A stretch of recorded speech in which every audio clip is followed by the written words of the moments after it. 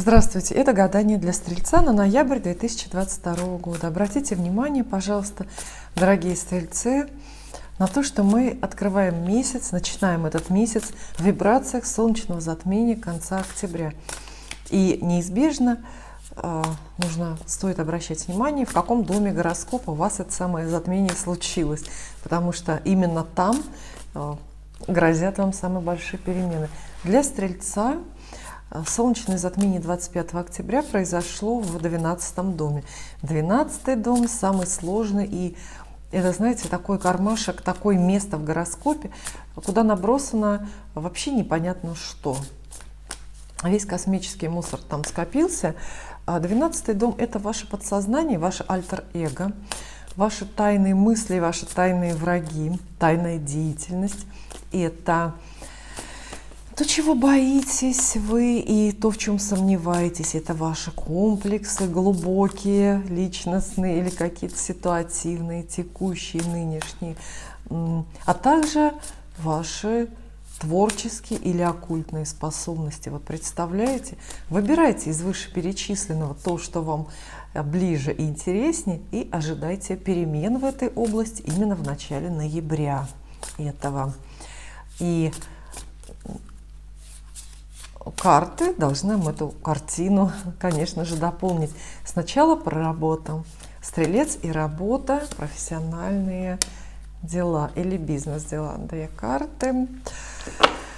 Очень хороший, очень крупный. Вот такой вот редкий набор. Всего две карты, и обе они старше аркана. Вам выпадают карта императрица и карта умеренность. Два старших аркана, естественно, к этой теме, к теме работы сразу приковывают, приглашают ваше внимание. То есть именно в профессиональных делах, в бизнес-делах у вас будет много всего. Этот месяц, этот ноябрь запомнится вам. Вот в смысле работы, в смысле профессии запомнится. То есть много крупных событий, крупные решения, большие перемены, большие возможности. Не пройдет он незамеченным. Вот что я хочу сказать. Карта императрицы очень-очень щедрая, она такая ресурсная. И буквально она говорит, что работа и профессиональная деятельность одарят стрельцов ресурсами, понимаете? Но ресурсами самыми разными, наверное, теми, которые вы ждете именно. Как правило, от работы ждут карьерного роста и денег. Вот можете ожидать и того, и другого, потому что императрица, да, и то, и другое раздает. Но не только. Если у вас более какие-то оригинальные мечты, связанные с работой, то вы это тоже можете получить. Потому что императрица – это еще и такая фигура старшей женщины, то есть это какая-то такая наставница, это какой-то ведущий партнер, это может быть человек, у которого вы наконец-то можете учиться, если вы давно ждали такого человека.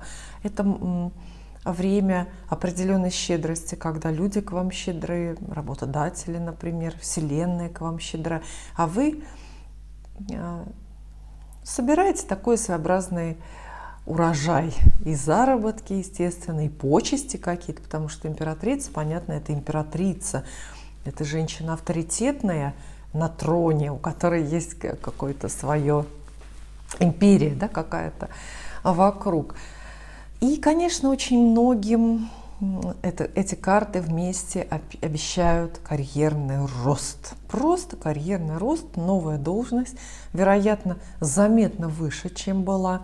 А рядом карта умеренность, такая добродетельная, и это прекрасно. Она говорит, что вы с этой должности, во-первых, быстро не слетите по разным причинам, то есть вы вступаете, да, на какой-то очень долгий и правильный путь. Знаете, такой долгий путь, которым бесконечно можно идти до пенсии, например. Вот повысили вам или нашли вы новую работу с высокими позициями, и до пенсии можно там работать. Вот. Но самое главное, еще умеренность говорит, что вы к этим своим к новому статусу и к новым обязанностям профессиональным долго не потеряете интерес, что, мне кажется, наоборот, даже ценнее, да? То есть не потеряете интерес. Это какая-то для вас идет возможность не только зарабатывать, но и как-то по-крупному, всей душой, всем сердцем включиться в деятельность, включиться в ваше дело. И это даже, так скажем, возможность найти то самое свое место, которое все ищут, но никто его не находит. То есть ощущение, что вы нашли свое место в работе, профессии. Естественно, отличный это прогноз и для тех, кто ищет новую работу. Здесь вы можете неожиданно, может быть, для себя найти новую работу с очень хорошей зарплатой и престижную такую вот статусную, на которой вы захотите надолго остаться и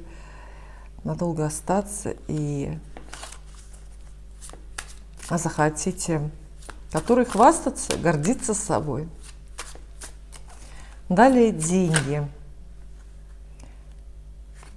Темы, да, вытекают одна из другой. Работа, теперь деньги. Про деньги стрельцам расскажут. Раз и два. И выпадают вам здесь карты. Так, королева Пентаклей.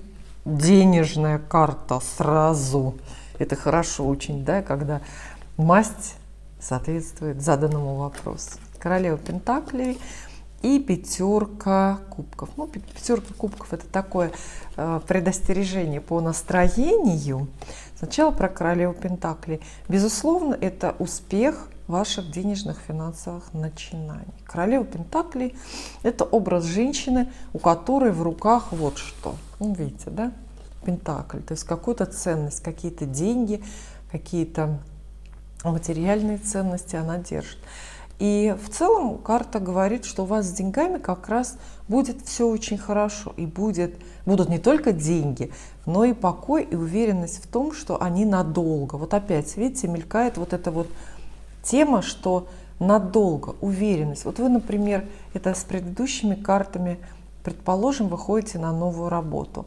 Прекрасная работа. И, естественно, да, у вас появляется вот эта зарплата, и появляется уверенность в том, что эта зарплата будет и дальше, и в следующем месяце, и в следующем полугодии, и через год будет эта зарплата. Да, если, например, с вами заключает какой-то бессрочный трудовой договор, и компания надежная, например, государственная. То есть карта практичная и настроенческая одновременно. Она не просто деньги, как другие, например, младшие арканы описывает, а она описывает, это ваши планы тоже, долгосрочные денежные планы. Карта говорит это, что вы сможете как-то увереннее и более оптимистично рассчитывать деньги наперед. Может быть, вы уже там посчитаете, все сложите, кто любит так делать, что там, через столько-то вы сможете накопить на что-то, там, на квартиру, на машину и так далее.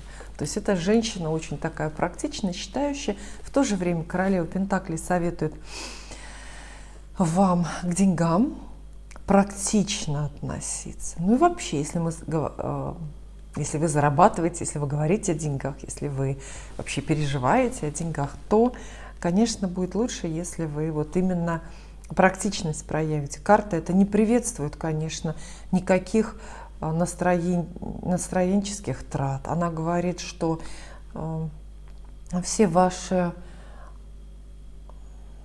расходы должны быть взрослыми, скучными, стабильными, очень-очень продуманными. В каком-то смысле это подсказочка еще экономить, откладывать деньги. Ну, когда есть деньги, можно их откладывать. Да? Вот. А вот пятерка кубков, здесь немножко она диссонирует с первой картой, но тоже ведь не случайно. Это карта депрессии или дурного настроения. Она говорит, что разочарование, связанное с деньгами, у вас тоже в ноябре случится. Оно может быть очень локальным, точечным. Это может быть разочарование такое острое, но которое вы переживете буквально за 2 часа. Знаете, разочаровались на 2 часа, а потом все стало на свои места. Вот.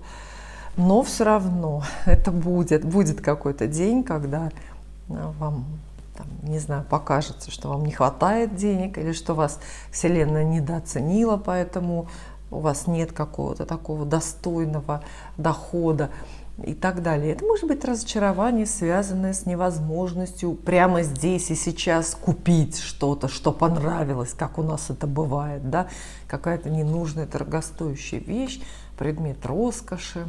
Как говорят, предметы роскоши и антиквариата. Вот что-то такое, может быть такое, что когда есть деньги, но, например, на что-то пока все равно не хватает. Пятерка кубков предостерегает и говорит: не верьте своему настроению. Оно такое очень временное и очень предательское. Поэтому, по крайней мере, в этом состоянии не совершайте резких движений, не делайте резких выводов о людях, например, которые рядом с вами. Оказывается, и ваше расстройство, денежное расстройство ноября у Стрельца будет пустое. И закончится, и пройдет само собой. Ничего с этим делать не нужно. Вот. Нужно просто пересидеть и переждать, если на что-то не хватит.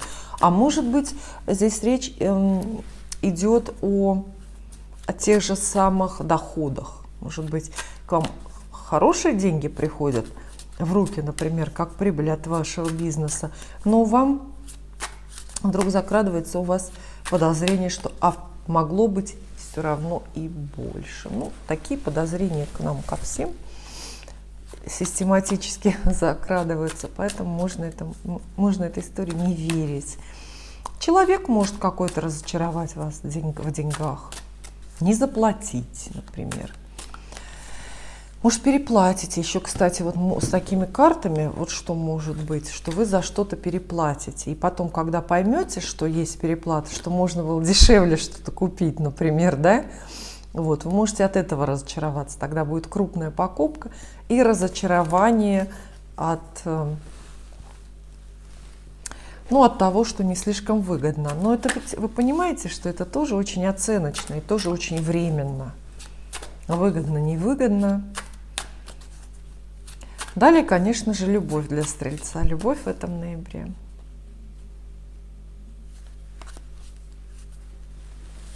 Раз. Котики для вас. Два. Самый романтический и самый нервный из королей в колоде Таро. Король кубков вам выпадает. Ревнующий мужчина, вообще-то, буквально. И посмотрите, как они хороши. Вот он, этот сам мужчина, герой вашего ноября. Кого-то напоминает он вам? Посмотрите, какое у него довольное лицо. Но в то же время довольный, но непростой, и не самое дружелюбное, да? А вот на семерке жезлов здесь и подавно изображен котик с выпущенными когтями, который явно направляется с кем-то воевать. Король кубков – это портрет мужчины, которого вам карты предлагают на ноябрь. Ваш спутник в ноябре. Король кубков – водный мужчина, возможно, представитель водной стихии, водный мастер, рак, скорпион или рыбы. Но во всех случаях король кубков – это действительно мужской персонаж, мужчина, это такой вот герой, который очень много чувствует, и самое главное, эти чувства может проявлять. То есть как распознать среди прочих королей короля кубков? Это человек, который показывает чувства, показывает и умеет о них говорить, умеет признаваться. Поэтому ждите, что вас ждите, вернее, признаний в любви, ждите каких-то, вот именно проявленных чувств. Это могут быть подарки или стихи, или какие-то, уж очень романтические прогулки или поездки. То есть вы будете окружены вниманием и любовью какого-то мужчины. И это может быть, конечно же, совсем близкий человек, ваш муж или новый жених, или просто, как сейчас говорят, какой-то ваш романтический партнер. Но дело в том, что вот таким романтическим королем в вашей жизни, королем кубков, может быть и не самый близкий герой. Да? Это может быть человек, который пока держится на расстоянии, а знаки внимания свои к вам, в отношении вас как-то дозирует. Какой-то ваш коллега на работе, например. Или просто человек, с которым вы знакомы там в компании, как-то приятельствуете. Это могут быть пока только долгие взгляды или комплименты какие-то, или может быть какая-то нежная переписка в соцсетях. Но все равно карта именно обращает внимание на чувства этого мужчины. То есть это мужчина, у которого вы вызываете вот эту вот романтическую симпатию. А семерка жезлов – это карта доблести. По ней один человек сражается с неограниченным кругом лиц. То есть преодолевает какую-то, ну, скорее воображаемую конкуренцию, доказывает, что он лучше всех.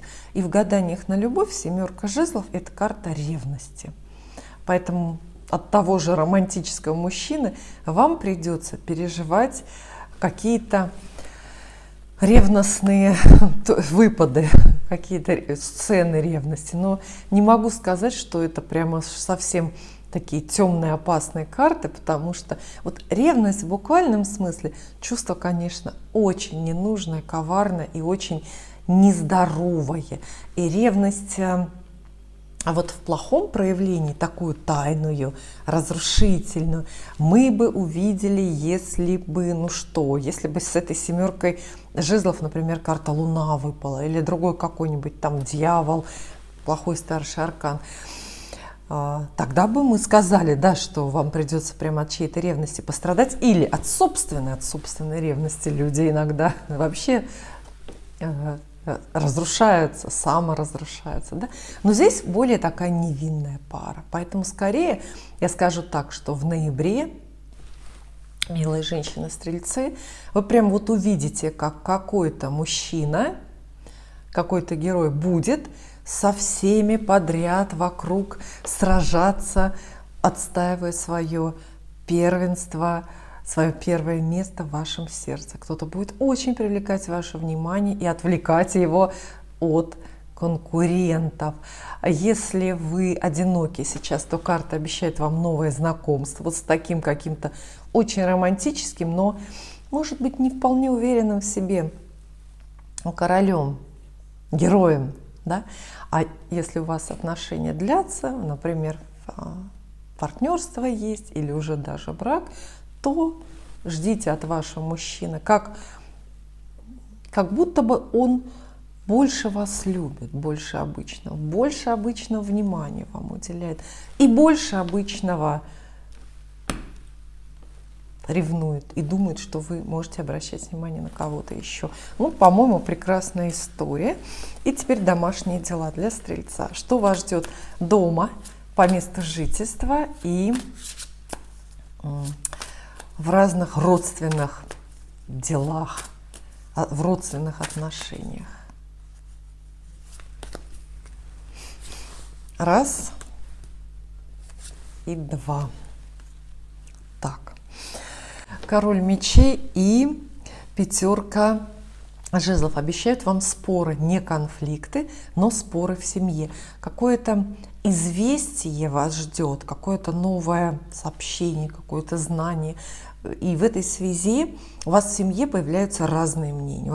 У каждого члена семьи какое-то свое мнение на эту тему. И пятерка жезлов вам советует как раз свое мнение отстаивать, потому что гадаем мы вам, и мы именно от вас ждем, что вы выиграете этот конкурентный спор, что ли, и дальше жизнь семьи, организация быта, семейной жизни будет именно по вашему сценарию, пойдет именно по вашему сценарию. Но вообще король мечей – это, конечно, некая сила внешняя всегда. Это сила внешняя, которой надо подчиняться или которой нужно, необходимо подчиняться. То есть это могут быть довольно и опасные претензии. С чьей-то стороны опасные претензии, направленные на вот жилье, на вашу недвижимость, квартиру, или на вас, или на кого-то из ваших близких. И вам приходится вот эти нападки буквально отбивать. То есть это какие-то, знаете, нападки человека или группы людей, или даже организации, с которыми очень трудно спорить, невозможно спорить. То есть я думаю, с этими картами возможны и споры, ну в самом таком глобальном проявлении, возможны и споры на тему вообще недвижимости. В принципе, знаете, тут могут быть какие-то претензии от органов, там, я не знаю, вплоть до судебных каких-то или исполнительных, связанные с жильем или с семьей. То есть в любом случае карты в этой теме обещают стрельцам борьбу, исход которой пока не ясен. Но зато ясно, как вам себя вести. Здесь есть советы. Карты не допускают, чтобы вы соглашались. Карты соглашались с претензиями и с ограничением ваших прав. Карты говорят, что вы должны спорить, бороться и отстаивать ваши права. Я желаю вам успешного ноября. И спасибо, что провели со мной время. Увидимся.